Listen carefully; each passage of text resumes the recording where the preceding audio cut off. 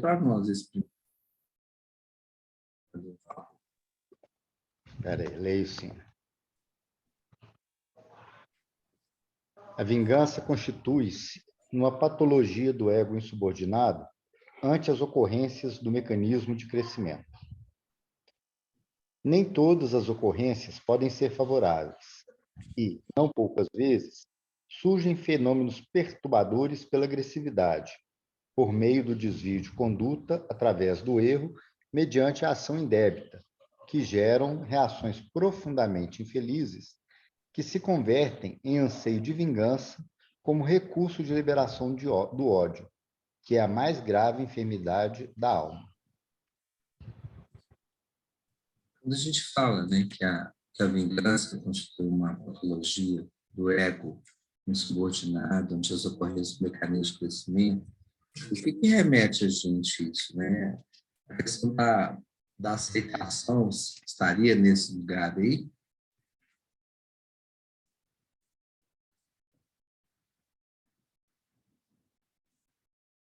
Não entendi a pergunta, Paulinho. Quando ela fala aqui que a vingança constitui-se numa patologia do ego insubordinado ante as ocorrências do mecanismo de crescimento. Ou seja, quando a gente é posto à prova, quando a gente é colocado em situações da vida, né, e que o ego não se manifesta contrário, né, quando ele não aceita determinadas situações, aí seria essa insubordinação, seria a questão da aceitação do próprio processo de vida?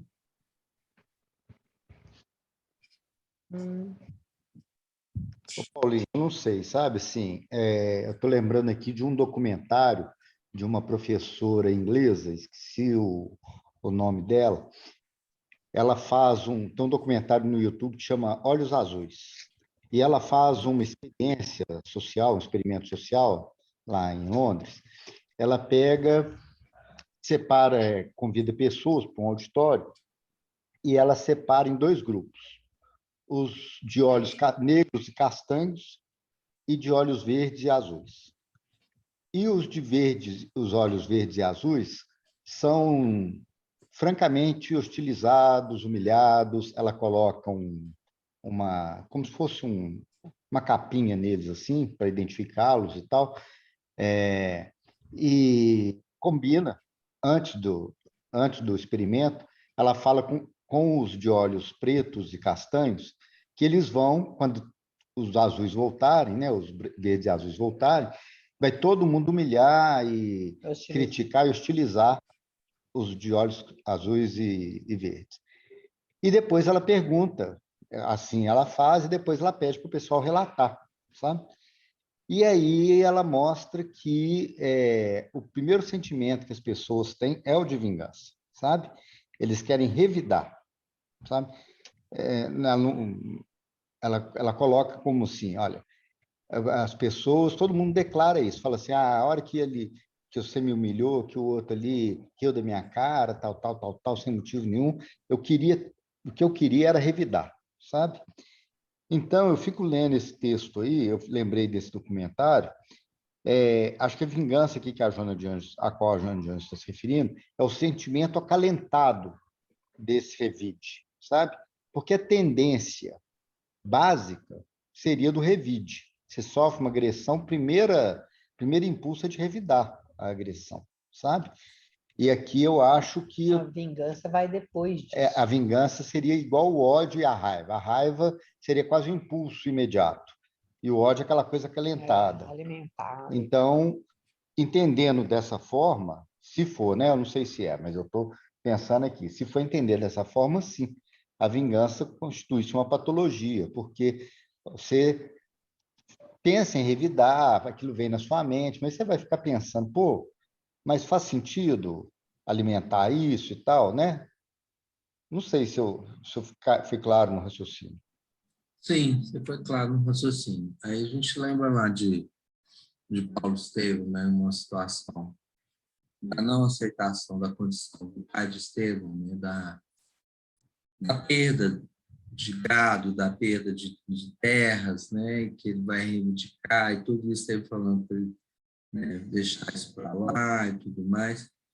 Então, existe ali um processo de não aceitação, né, de se sentir injustiçado, de se sentir prejudicado, né? E cai dentro disso aí que você está colocando, né? As pessoas estão se sentindo injustiçadas, estão se sentindo atormentadas, violentadas no seu direito, na sua forma, na sua expressão. Então, elas buscam, né, de alguma forma, revidar, né, igual você está colocando aqui, é o primeiro ato que vem da nossa questão inferior mesmo, né? A gente não para, não analisa a situação, a gente cai automaticamente no revite, né? A gente poderia perceber até uma inconsistência. Por que estão sendo agredidos somente os de olhos azuis e verdes, né? Por que os de olhos castanhos e negros estão nos agredindo? Então, ela poderia, se ela se permitisse analisar a situação, talvez ela não caísse nesse esparrelo. Mas a nossa tendência natural é essa mesmo que você falou, é do revide, né? É estar nesse local aí, o primeiro ato nosso é de revidar, né?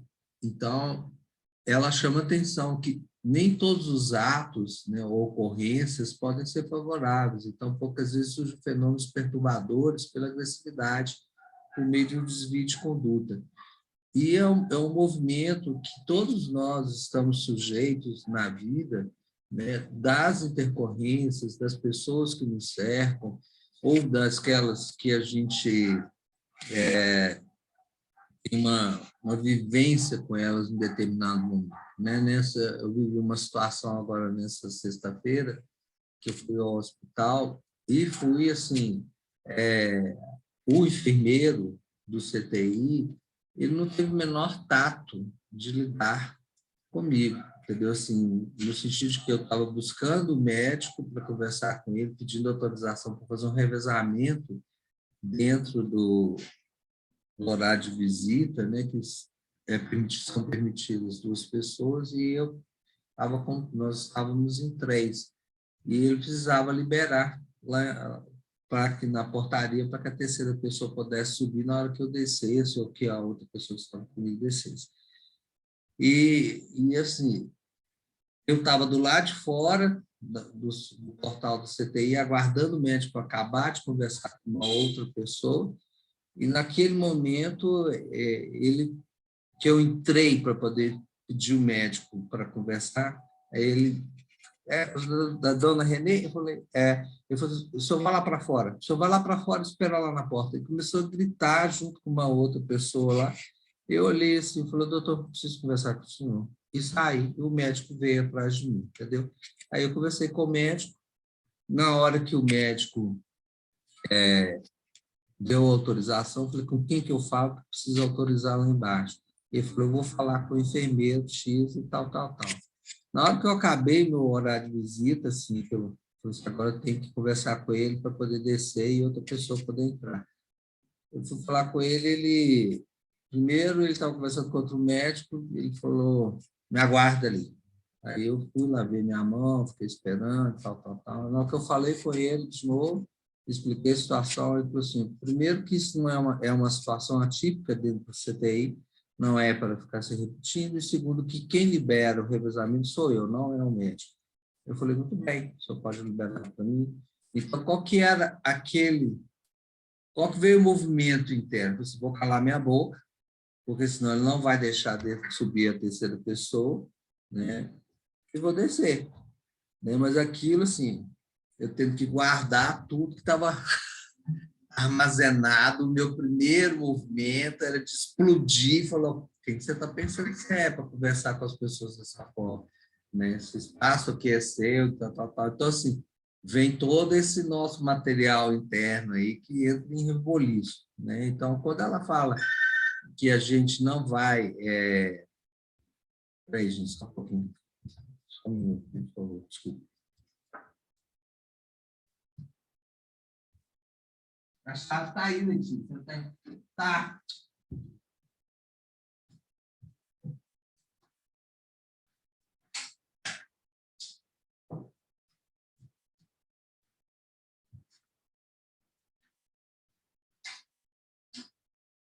Então, a gente vive muito essas situações, né, que podem nos colocar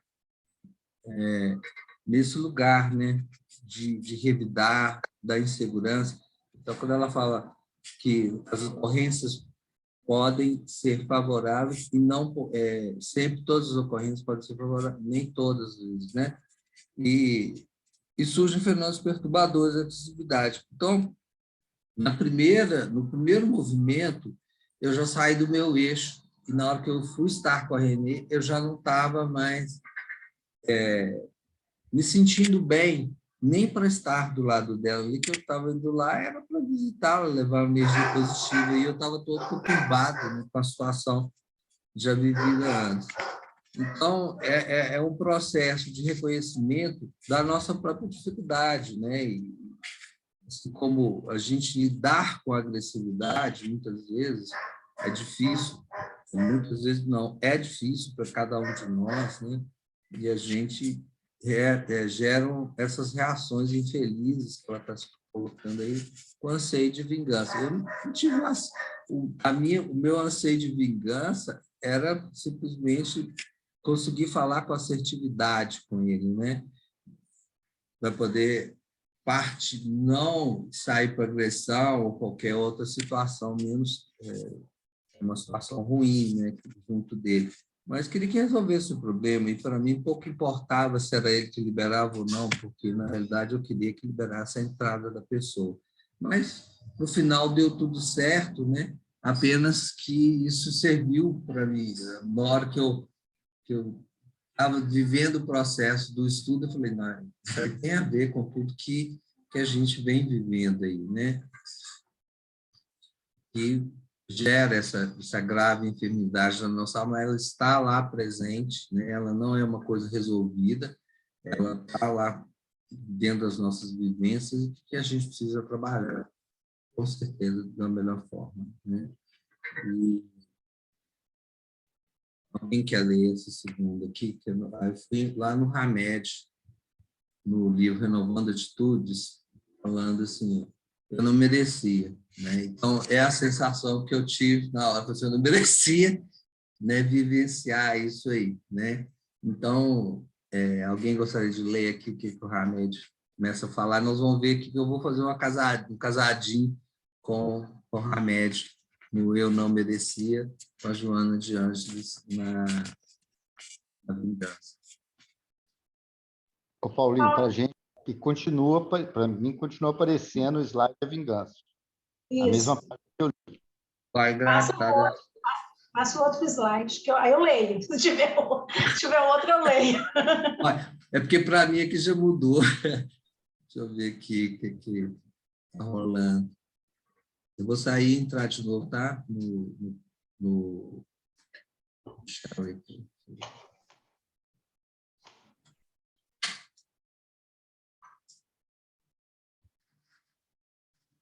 Entrou? Não. Não, é como se a tela tivesse congelado. Para a projeção, Paulinho, para de compartilhar.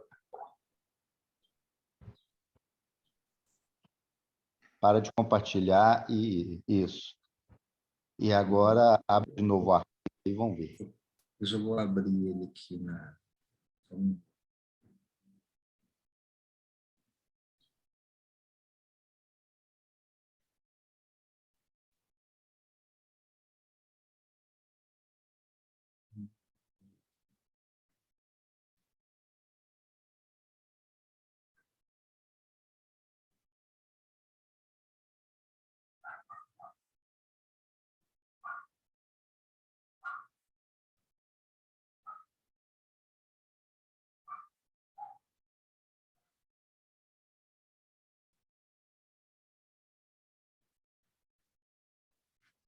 Agora deu aí? Ainda não. Está indo. Paulinho iniciou o compartilhamento de tela, mas não apareceu ainda não. Está carregando. Carregando ainda. Está demorando mais que o normal. Aí agora foi. Beleza. Pode ler então, André, por favor. Só de mim. assumir total responsabilidade por todas as coisas que acontecem em nossa vida, incluindo sentimentos e emoções, é passo decisivo em direção à nossa maturidade e crescimento interior.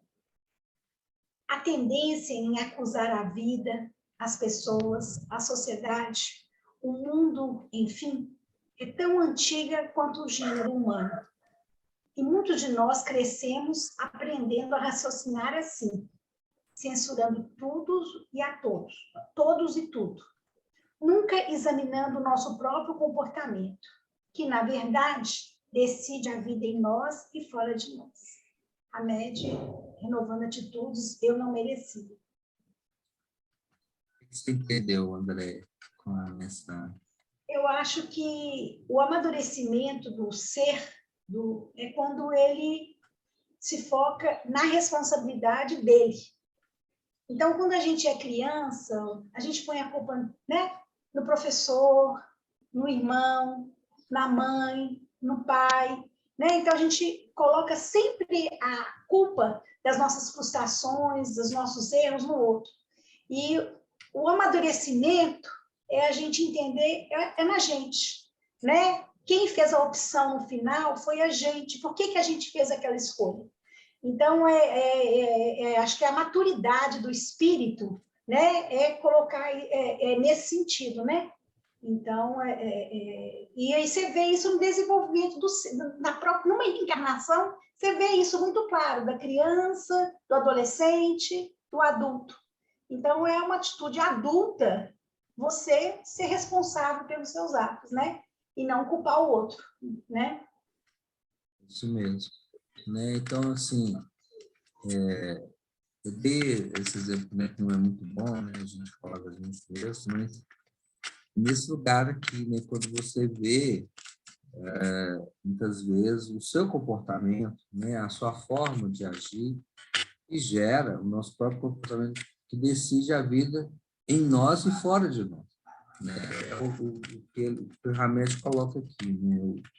Se tem uma baixa estima dentro de mim, se eu acho que a responsabilidade de todas as coisas na minha vida não estão em mim, mas está no outro, né? Então tem alguma coisa errada aí. Né? A minha felicidade está na mão do outro, a minha ambição está na mão do outro, os meus passeios estão na mão do outro, aquilo que eu desejo. Por que eu tenho que sempre colocar no outro a responsabilidade pela minha vida? Né? E isso, a gente não percebe isso de forma clara. Né? A gente, enquanto casal, a gente divide muito, às vezes, essas questões da vida, né?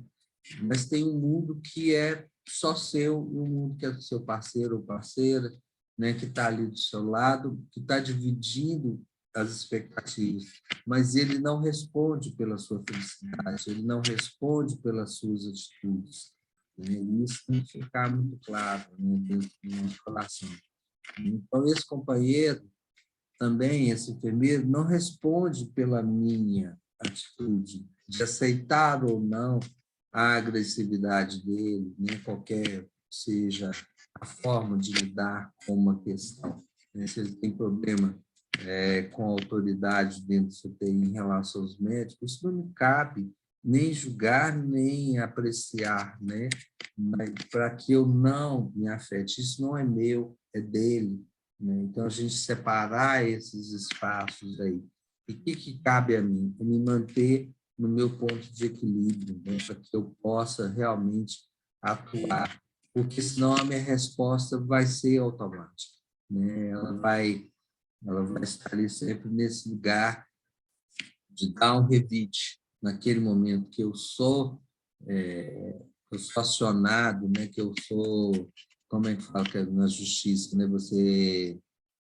A justiça, para ela ser acionada, ela precisa ser, alguém tem que ir lá e motivá-la, né? Tem que, uma coisa nesse sentido. Então, a gente também tem que pensar na nossa integridade como ser, como espírito, né? Que a gente tem que estar em contato com a gente para que a gente não produza reações e a gente dê respostas realmente à vida, né? Então, quando o Hamed nos chama para assumir a total responsabilidade por todas as coisas que acontecem na nossa vida, não é uma coisa que se faz do dia para o outro, né? Primeiro, a gente precisa tomar consciência dessa situação. A gente precisa estar atento a nós próprios, né? Então, você planejar, muitas vezes, a vida para o outro, né? Um projeto para o outro, é muito mais fácil do que você fazer um projeto para você mesmo. Então, isso, se vocês quiserem testar um dia, vocês vão perceber claramente.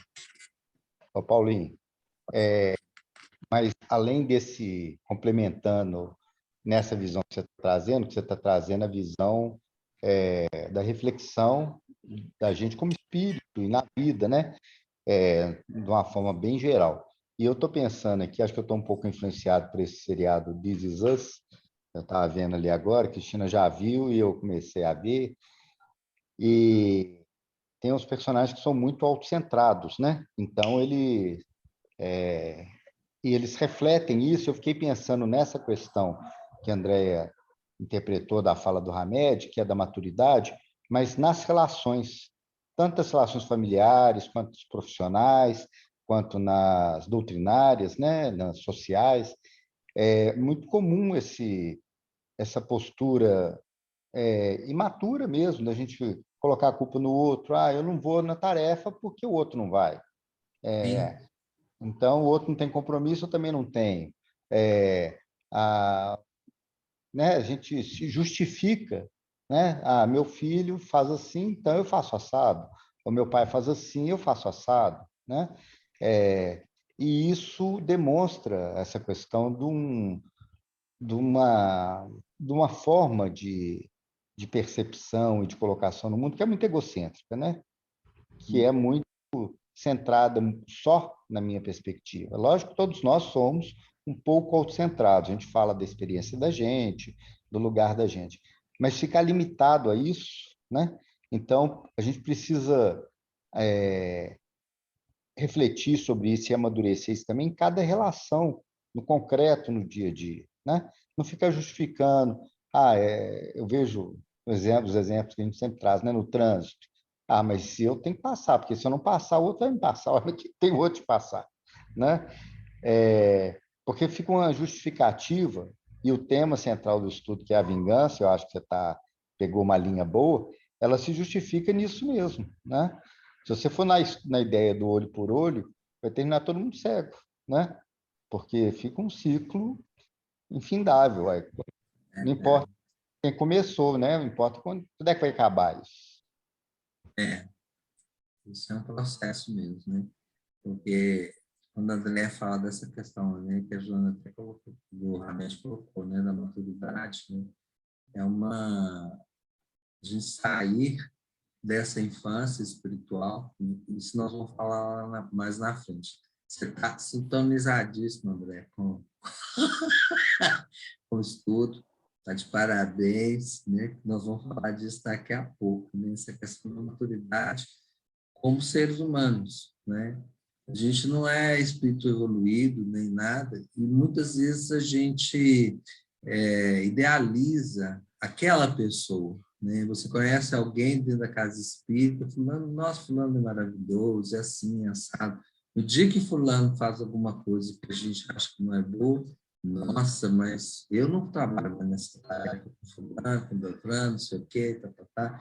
Então, assim, a tarefa é da casa, a tarefa não é a pessoa, né? A tarefa somos nós, grupo, né? Então, a gente tem essa tendência de sempre, igual o João colocou, só vou na tarefa se for, só vou dar estudo se você estiver presente, não sei o quê, alguma coisa desse nível aí, que você me dá segurança nessa fala, Então, a gente tem que estar muito atento ao olhar. Onde que está indo o nosso olhar? Né? Nós estamos com o olhar no outro para ver as dificuldades ou os acertos dele, ou estamos com o olhar dentro de nós, né? Para que a gente possa ter uma resposta mais saudável diante da vida, né? Diante das coisas que nós Paulinho, somos. eu acabei de ler um livro, muitas pessoas já tinham falado sobre comunicação não violenta, né? Que é uma tendência de grupos, de treinamento que está tendo. E eu fui ler o livro.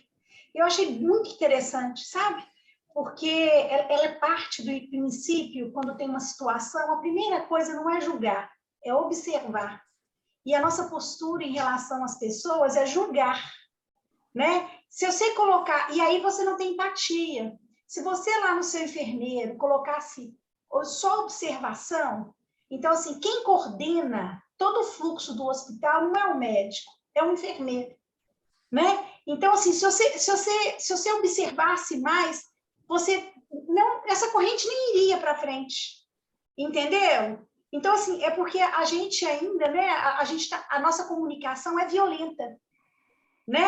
Porque a gente não parte desse pressuposto, a gente sempre está julgando o outro, né? E também o que essa conversa do outro representou para você em relação ao sentimento? O que despertou? Ele, quando ele falou não para você, lá no seu sentimento, que foi seu ego que foi abalançado?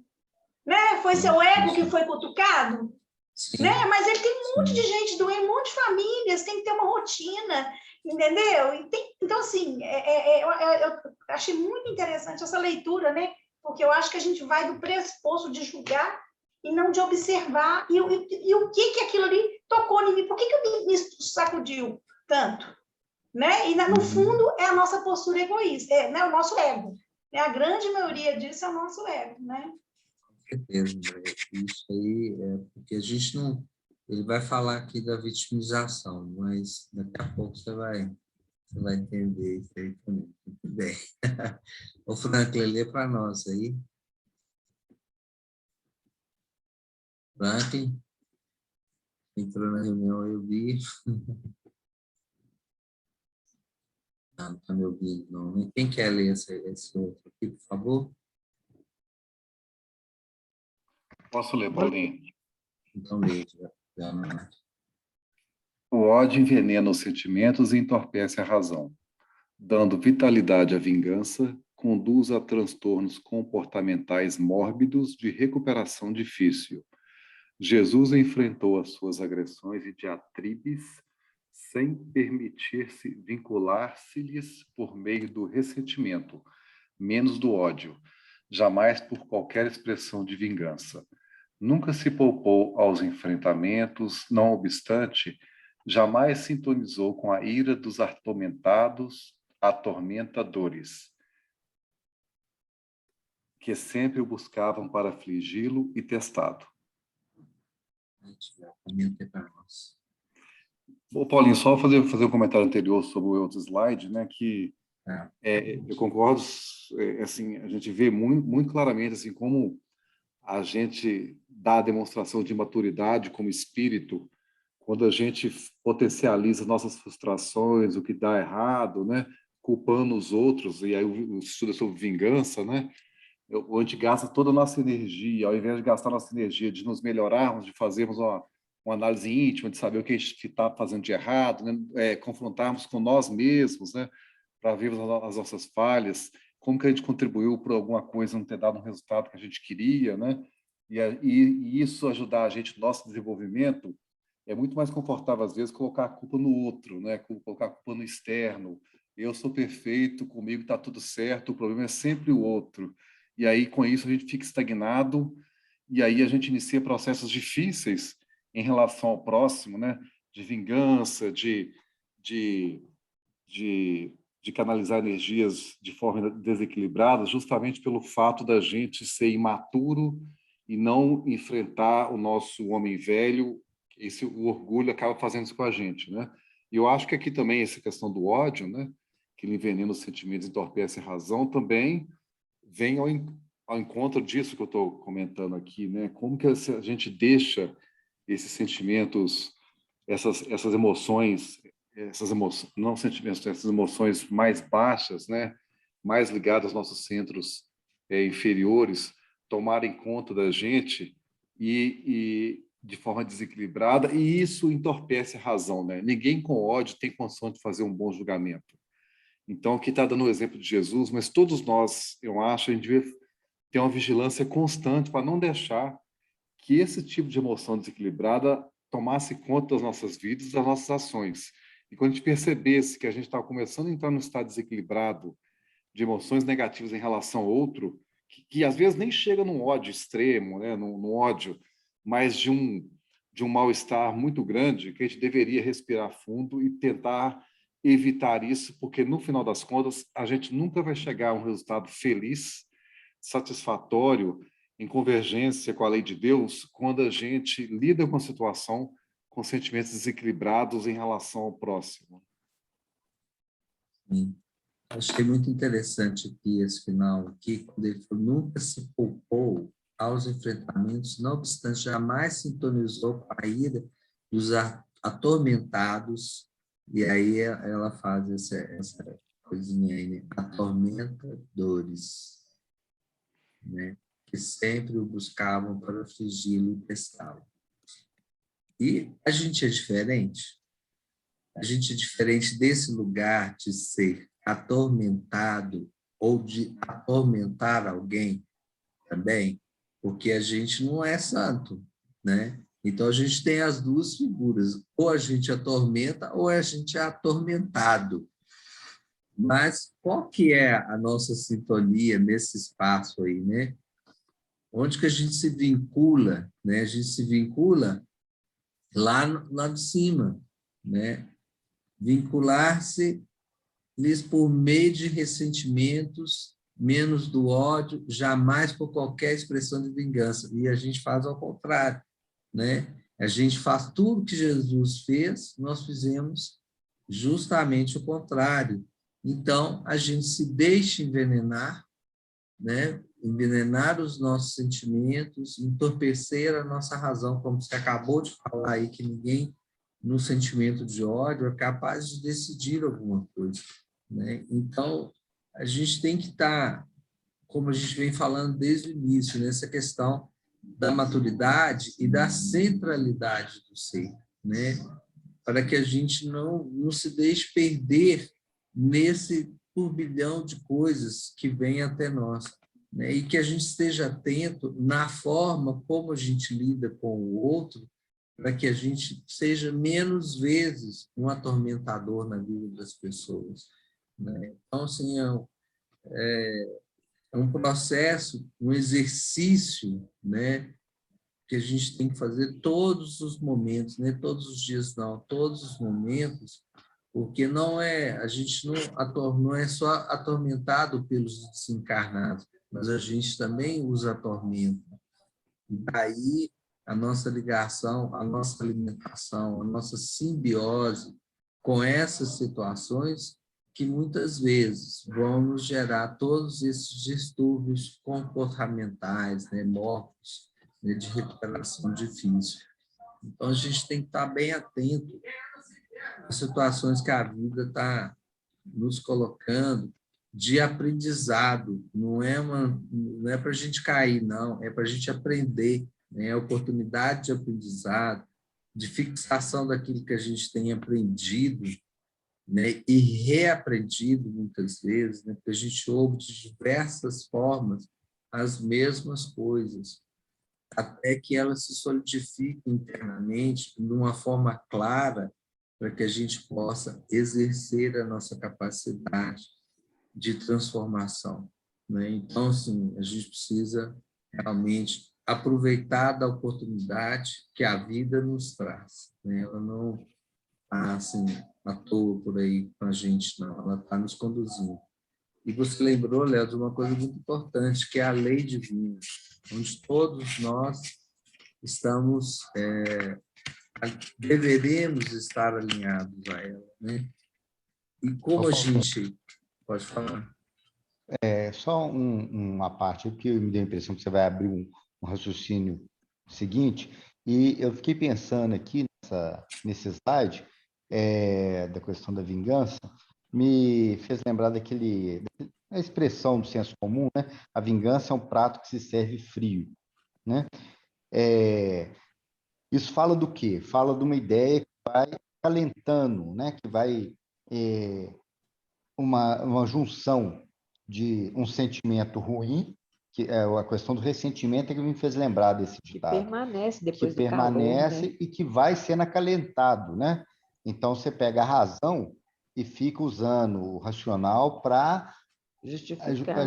e até para manter aquele sentimento vivo, aquela raiva que era natural do momento. Você ficou com raiva lá do enfermeiro, ficou e tal, mas em vez de você passar aquilo e dar sequência e, né, fazer o seu exercício, tal, fica acalentando isso. E eu fiquei pensando numa dimensão, acho que foi a fala do Léo, talvez que me tenha feito pensar nisso, uma dimensão prática, sabe, para lidar com isso. Eu acho que a convivência em grupo, ela ajuda muito, Paulinho.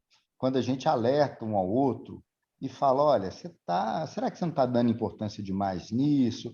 Será que você não está fazendo disso um negócio maior do que é, na verdade? Sabe?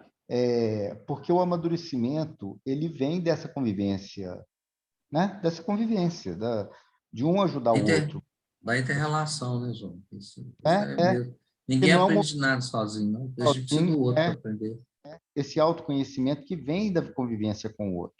Por que que o outro superou isso e eu não superei, né? Às vezes ele agrediu nós dois e você foi embora e eu fiquei aqui nesse trem e estou ruminando isso. Então, a gente vê isso muito em relação familiar, às vezes os irmãos, né? Um já superou, já está lá em outro, Virou o a outro página, né? e o outro está ali curtindo. Então, eu acho que talvez a gente ficar atento para a importância dessa convivência e desses alertas. Né? Uma convivência não é só conviver, né?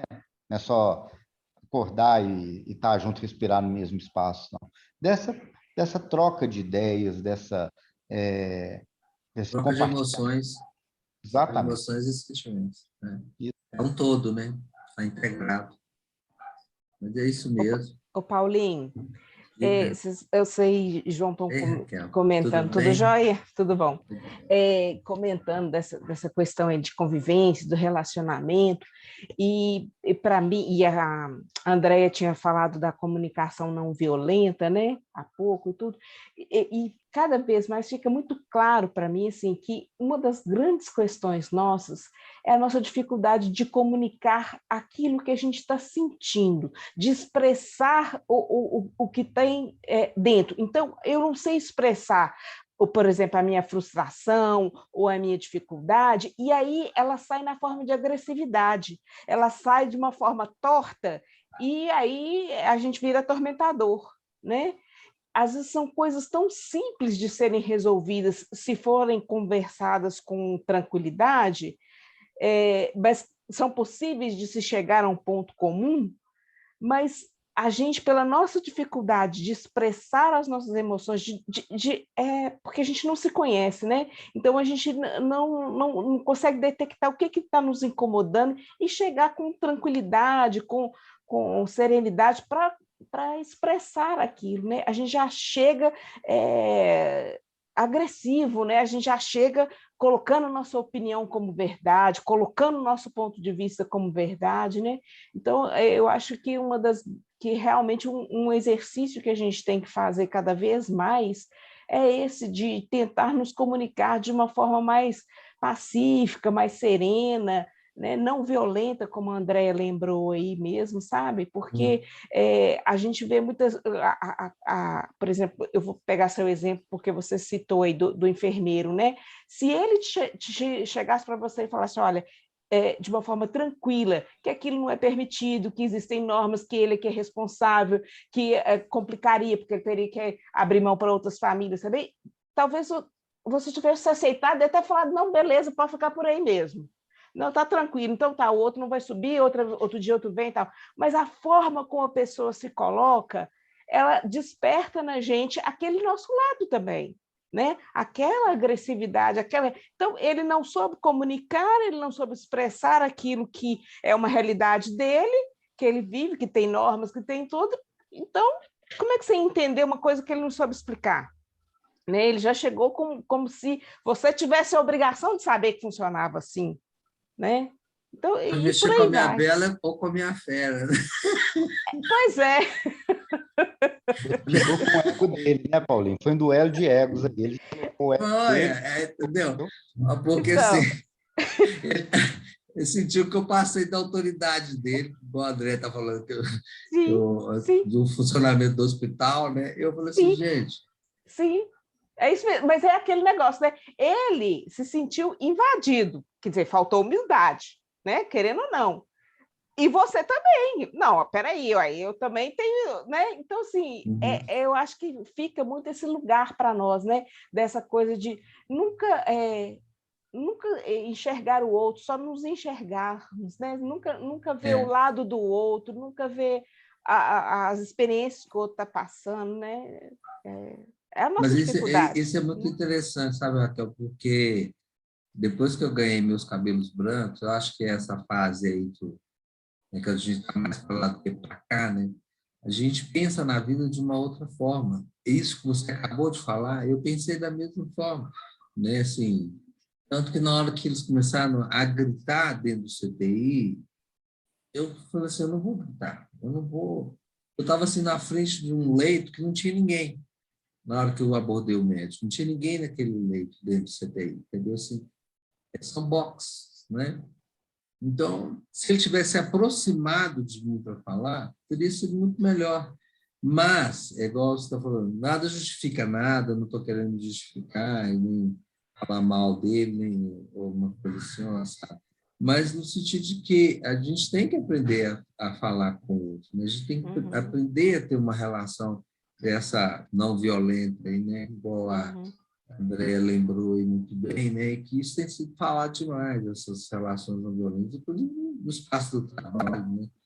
As pessoas, às vezes, vêm com agressividade também, e aí acaba que assim, você não ganha nada, né? Na hora que você elogia as pessoas, você primeiro levanta, fulano, bom demais, você fez um trabalho maravilhoso, será que você podia me ajudar nisso, naquilo e tal, tal, tal?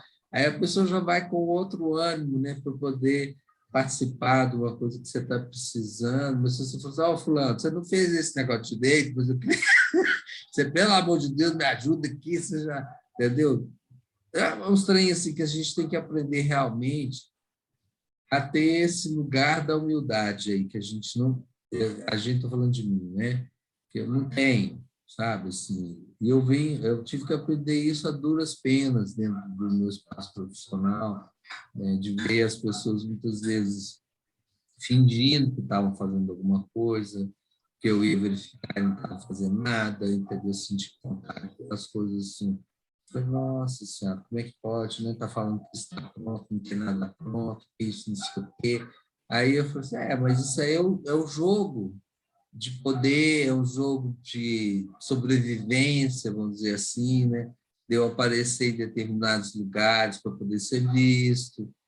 Por que eu não faço isso também, né? Se eu estou julgando que a pessoa está fazendo, eu falo, não, ela está certíssima, ela tem que fazer isso mesmo, porque ela depende disso para continuar no emprego dela, e eu estou aqui, falo, assim, eu sou concursado, eu não preciso preocupar com isso, por isso que talvez eu não tenha levantado essa questão dentro de mim, mas ela precisa ser vista para poder valorizar o trabalho dela e tudo mais. Então, assim, a gente cai em vários lugares de julgamento, né? André falou disso aí, que a gente julga as pessoas naturalmente, né? Mas é isso acontece mesmo, né? Então, a gente precisa trabalhar melhor essas questões aí, para não ser atormentador da vida dos outros, né? Passa o outro que já está, nosso horário está acabando. Aí cai aqui, André, aqui, ó, assimilamos o mito do vitimismo nas mais remotas religiões politeístas, vivenciadas por todos nós durante as várias reencarnações, quando os deuses temperamentais nos premiavam ou castigavam de conformidade com as suas decisões arbitrárias. Por termos sido vítimas nas mãos dessas divindades, e passamos a usar as técnicas para apaziguar as vidas divinas, comercializando favores, oferendas a Júpiter, no Olimpo, a Netuno, nas atividades do oceano, a Vênus nas áreas efetivas e a Plutão, Deus dos mortos e dos infernos. Então, o que a gente tem essa oportunidade, né, das reencarnações, né, e, dentro delas, o esquecimento do passado. Ele falou das reencarnações, e que não nesse sentido, mas as reencarnações estão no processo de fixação, de aprendizado, de mudança de atitudes, de crescimento pessoal, né, e coletivo. Mas o esquecimento do passado, né, a providência divina nos dá essa condição quando reencarnados, para quê? Para a gente amaciar esse local aí onde a gente vive o ódio, onde a gente vive os processos de vingança, que João falou lá atrás, né? No ciclo vicioso, onde sem fim, né, de destruição uns dos outros, paz, relações familiares, que você lembrou aí, Marcão. Então, assim, são questões que a gente vive todos os dias e que a gente não para pensar, né? Então, das dificuldades que a gente tem com os nossos pais, por que disso, não é uma questão atual. Ela vem lá de trás também, né? Ela pode ter sido construída algumas coisas nessa vida, mas a maioria são construídas no passado, e a gente veio para retificar mesmo, né? Como irmãos, como pais, como filhos, e assim por diante, né? Mas a gente assimilou esse local, eu voltando, que o Hamed está falando aqui, né? Que a gente assimilou o mito do vitimismo, né? Que a gente é vítima em todas as situações, a gente não é nunca o responsável pelas coisas. Então, a gente precisa sair desse lugar também, se reconhecer nesse lugar e sair do vitimismo, né? E assumir nossa posição. E quando a gente, hoje ainda, a gente comercializa, né, aquilo que a gente deseja, a gente hoje usa vários artifícios, comercializa com Júpiter, com Netuno, né, com Vênus, com Plutão, a gente vai nas cartomantes, a gente vai nos trabalhos, né, de qual for, a gente usa as pessoas a nosso favor, a gente tem técnicas para usar, para vingar, e também técnicas para apaziguar as iras, né, que estão ao nosso redor.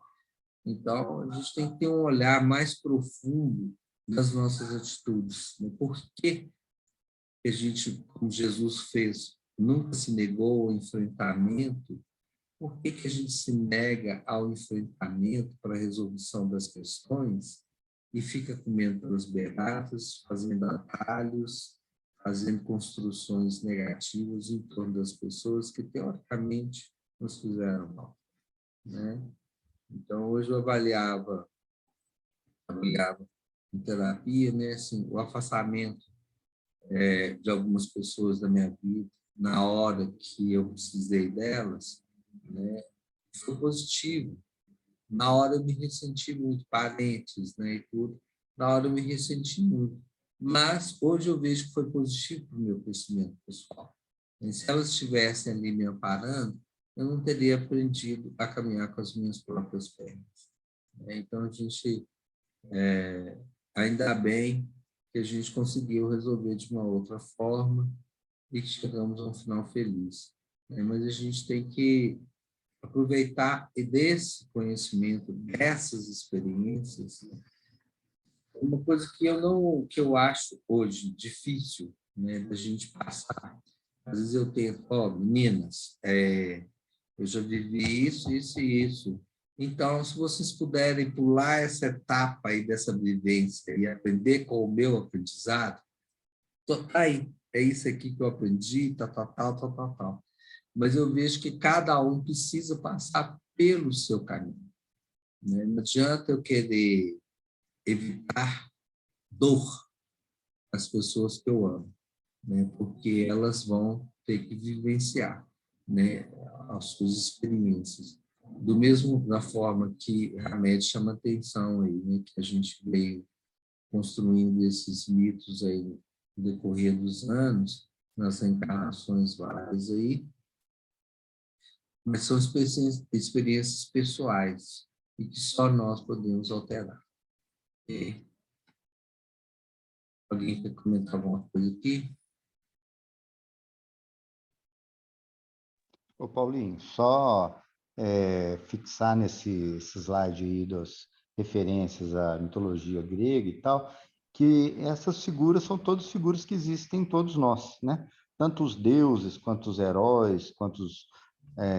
porque o termo vitimismo é essa fixação no lugar de vítima. Porque tem hora que você é vítima, tem hora que você é vilão, tem hora que você é um dos deuses. Os deuses eram cheios de defeitos, né? Os Zeus tinha filho com todo mundo, enfim, são figuras alegóricas que representam as nossas ações na vida, né? Então, eu acho que o alerta para que a gente não entenda que muitas vezes somos nós que atormentamos, muitas vezes nós somos os vilões. Tem hora que nós somos vítimas, somos nós por trás dessa postura de vítima, daquilo que você sofre, tem uma postura, né, que é a de Jesus, que era do slide anterior. Jesus enfrenta, olha, se eu estou sofrendo isso aqui, tem que entender que processo que é esse que está por trás disso, né? E não ficar ali, porque o enfrentamento que Jesus propõe é esse enfrentamento da sua realidade, né? E isso é que é difícil, né? Muito bom. Ô, João, nós vamos falando uma coisa que vocês sempre falam, né? Que Deus é bom. Depois nós vamos falar disso aqui mais para frente. Eu só lembrei aqui, Paulo, esses atletas paralímpicos, né? Eu acho essa coisa maravilhoso, essa coisa, sabe? Assim, você vê assim coisas que a gente consideraria assim, a gente estaria numa revolta com Deus e numa sensação de vítima, né? E eles superam isso e, sabe, é maravilhoso você ver essas pessoas, sabe? Sair da posição de vítima, né? São pessoas com limitações extremas e partir para uma, sabe, uma coisa assim, ganhar troféu. É maravilhoso. Isso eu acho assim, né? Assim, são pessoas... Esse dia eu vi uma reportagem de uma pessoa que ela teve um acidente, ela perdeu os 2 braços, 2 pernas e a boca. Foi o primeiro transplante de boca que fez, sabe? E o cara andava, ele estava aprendendo a andar skate com o filho dele de 4 anos, o cara dirigia bicicleta, ele aprendeu a andar de bicicleta junto com o filho dele, uma bicicleta própria para ele, que ele tinha um pedacinho de mão que ele conseguia, e a felicidade dele era brincar com o filho dele, quando ele pensou, e agora ele quer passar isso para as outras pessoas.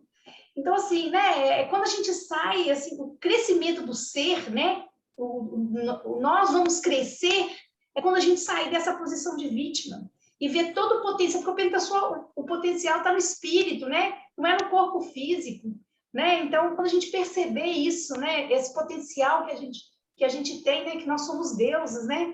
Então, esses Paralímpicos, para mim, eu fico encantada com essa superação, né? E essa questão da persistência, né, André? Que, assim, é de não desistir, né? Quando a gente fala em persistir, é não desistir da vida, não desistir de si próprio, né? Então, isso é muito importante. Não resistia contra eles, está falando Joana de Ângelo agora, desafiando-os ou com eles, entabulando discussões estéreis com venenosos. Suave, passeava a sua presença entre os seus bafos pestosos e os seus doestos, sem os vitalizar com qualquer tipo de vinculação emocional. Agia incorruptível, mantendo a serenidade enquanto eles blasfemavam e espumavam, iracundos ferozes. O mundo dos homens é também a paisagem dos desenfreios morais, da vulgaridade e das ânsias do primarismo. Então, assim, estar na vida sem ser da vida, né? Mas é uma situação ainda que está longe ainda da gente, né? Um lugar que a gente vislumbra, que a gente sabe que pode existir, mas a gente ainda não consegue viver sem ser contaminado, ou sem que a gente contamine ou ser contaminado, né, com essas questões aí que ele está falando. Então, eu vou passar mais rápido, porque eu já estourei o tempo. As pessoas acreditam ser vítimas da fatalidade, continuam a apontar o mundo exterior como culpado de seus infortúnios, recusam absolutamente reconhecer a conexão entre seus modos de pensar e acontecimentos exteriores. São influenciadas pelas velhas crenças e se dizem prejudicadas pela força dos hábitos, pelas cargas genéticas e pela forma como foram criadas, afirmando que não conseguem ser ou fazer o que querem. Não sabem que são arquitetos de seu destino, o qual, por sua vez, determina o futuro. Então, a gente tem que calçar essas pernas aí, né, André? Ela fala que não tem a perna, mas tem um toquinho de mão ali e está dirigindo uma bicicleta, né? Então, assim, se ele poderia ficar lá parado, vitimado pela sua fatalidade, né? O homem Jesus jamais se perturbava com aqueles que o buscavam para pleitear uma postura igual ou superior à dele. Não vivesse a sua humanidade, que fosse somente angelical, estaria fraudando a confiança daqueles que se lhe entregavam, por ser diferente, destituído de sentimentos tanto quanto de vulnerabilidade. A sua superioridade fora conquistada através de experiências multifárias e se expressava natural, porque vitoriosa aos embates antes travados. Isso é uma coisa assim que eu achei muito legal que o João Jesus falou, que Jesus ele não estava alheio aos acontecimentos, né? Que ele vivia os acontecimentos da época que ele veio, né? Ele vivia com as pessoas, tanto que ele sabia escolher, ele lia as almas e sabia escolher a parábola, sabia escolher a forma de ensinar naquele momento, né? Ele estava presente mesmo com as pessoas, ele não era igual eu estou falando, destituído de sentimentos, tanto quanto de vulnerabilidade. O fato, a gente vê, não é o caso de Jesus, mas a gente vê assim, vários espíritos, né, que vêm de situação missionária, que a espiritualidade fala assim, você está indo, você está sabendo, você está sujeito às questões da carne e que você pode resvalar em algum momento. Não, estou consciente, né? Igual a Alcione, né? Que vocês falam, em renúncia, né? O Dr. Bezerra, quando veio ajudar o filho dele, também da mesma forma, né? Naquele livro do uma relata, né? Ave Cristo, né? Ele reencarna para ajudar um espírito e tem 3 reencarnações seguidas para poder auxiliar o seu filho. Então, assim, você vê espíritos que poderiam resvalar em algum momento, se perder em algum momento diante da condição da carne, mas eles não, em momento algum, entraram no vitimismo, eles não se perturbaram com as coisas externas, mas eram espíritos de alto galardão, né? Aqueles espíritos que tinham condições para isso, né? Eles não buscaram uma empreitada da qual eles não tinham conhecimento da vulnerabilidade, né, e estavam ali trabalhando, né, junto com Jesus. E dando exemplo não só para o filho, mas também para todos aqueles que o rodeavam, né? Então, assim, isso é de uma grandeza muito grande, né? É sair de dentro, né, do seu espaço de conforto, é sair da sua vida comum para poder estar com todos, né? E isso também é um lugar que a gente ainda não conquistou, mas a gente vai devagarinho, nós vamos levando isso adiante. A vítima sente-se impotente e indefesa em face de um destino cruel, sem força nem capacidade de mudar, repetidas vezes afirma: a vida é injusta comigo. Nunca lhe ocorrendo, porém, que o seu jeito de ser é que materializa pessoas à sua volta. Defendem seus gestos e atitudes infelizes, dizendo: meus problemas são causados por meu lar. Os outros sempre se comportam dessa forma comigo. Desconhece que as causas dos problemas somos nós e que, ao renascermos, atraímos esse lar para aprendermos a resolver nossos conflitos. Então, volto lá na questão do enfrentamento, né? A gente não está no lugar errado, a gente chegou na hora certa, no lugar certo, daquilo que a gente precisava, para a gente sair fora desses processos de vingança, esses processos de dor, de doença, em que nós estamos sempre vinculados, né, enquanto espíritos encarnados, enquanto humanos, né, enquanto humanos. Não somos perfeitos, frisando-se demais, porque a gente não pode ultrapassar esse limite, né, em função de achar que estamos em processo de angelitude e que já somos anjos e que por isso não podemos errar, e por isso não podemos fazer determinadas coisas e tal, e acabamos adoecendo porque isso não é o nosso real, né? Então, assim, eu sempre penso, né, que o nosso corpo não comporta ainda a angelitude. Nosso corpo é muito frágil. Todas as vezes que entramos em prece, nos sentimos muito bem. É um recurso que a gente tem que usar sempre nas nossas vidas, mas a energia que emana, a potência vibratória que vem dali, ela é vivida por questões de segundos. A gente não consegue manter esse espaço nem por um minuto, porque isso geraria dano interno ao nosso corpo. Então, uma frequência alta que o nosso corpo não suporta. E você pode ver, vai dar batimento, acelera o batimento cardíaco, faz um monte de coisa, e faz um monte de situações que a gente não tem ainda capacidade de absorver, né, como espírito encarnado, né? Mas a gente pode sentir que isso existe e que é o lugar que a gente tem que almejar sempre. A gente pode sentir paz, a gente sente sensações maravilhosas, mas entrar em êxtase, o êxtase, ele fica por alguns segundos só, porque senão o nosso corpo não dá conta.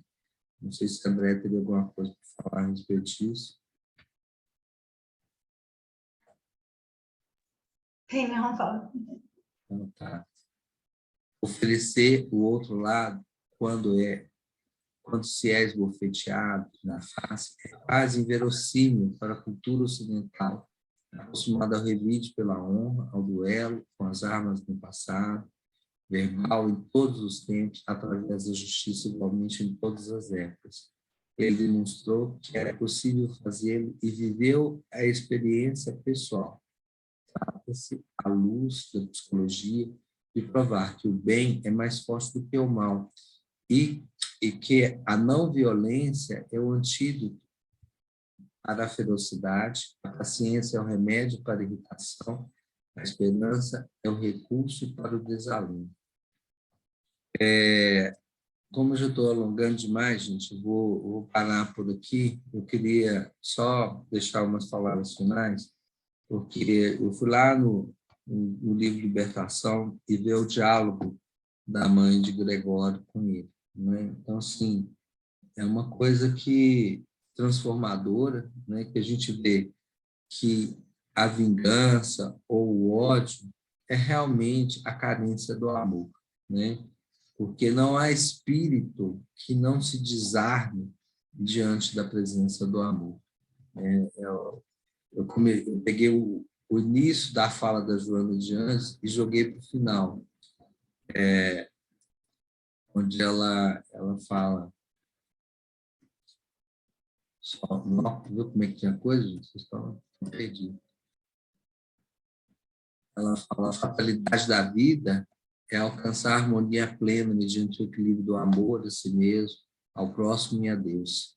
Qualquer desvio do sentimento do amor que se tenha e tomba-se em desequilíbrio, em inarmonia, postergando o processo da evolução e retardando a marcha do progresso, na qual todos os seres se encontram colocados. O amor, portanto, é o hálito de sustentação da vida, enquanto a sua ausência expressa-se como estágio embrionário do ser, aguardando os fatores propiciatórios ao seu surgimento e exteriorização. Então, assim, a essência do amor, né, a gente não foi vivido, mas a gente sente que ele está ali, a gente pode pegar nele hoje e pode pegar daqui a pouco muito mais, igual ela falou que nós está em estágio embrionário do ser, mas ele vai um dia, ele vai estar bem grande dentro de nós, né? E assim, a gente tem vários relatos na literatura espírita dos resgates de mães a filhos, como Caifás, né? A mãe de Caifás, que vem buscá-lo, né? Nenhum diálogo com o Francisco de Assis adiantou, né? Seria João. Não adiantou para Caifás mudar de atitude, mas na hora que chega a sua mãe e ela fala com ele para ele se calar, porque ela também foi traída pelas questões religiosas da época e tudo mais, mas que ela estava ali de pé, acreditando no Cristo e tudo mais, não sei o quê. E aí ele não consegue abrir a boca, ele se rende a ela porque é a mãe dele, é amor, né? Da mesma forma que Gregório se rendeu a Matilde, sua mãe também, e se entregou naquele momento sem conseguir nenhum tipo de reação, né, mais forte. E a gente lembra que Caifás discutia com o Francisco, né, falando com ele: você está tirando o meu livre-arbítrio, você está me prendendo. E no momento que o amor de mãe chega, ele não se sentiu preso, ele se sentiu liberto, né? Então, é isso que o amor faz com a gente. Ele nos liberta desses processos de vingança, desses processos de atormentar e ser atormentado, né? E que a gente possa aproveitar da nossa vida, da nossa encarnação, para nos enxergar melhor e compreender o que o amor pode fazer dentro de nós. Agradeço por todas as oportunidades e um grande abraço.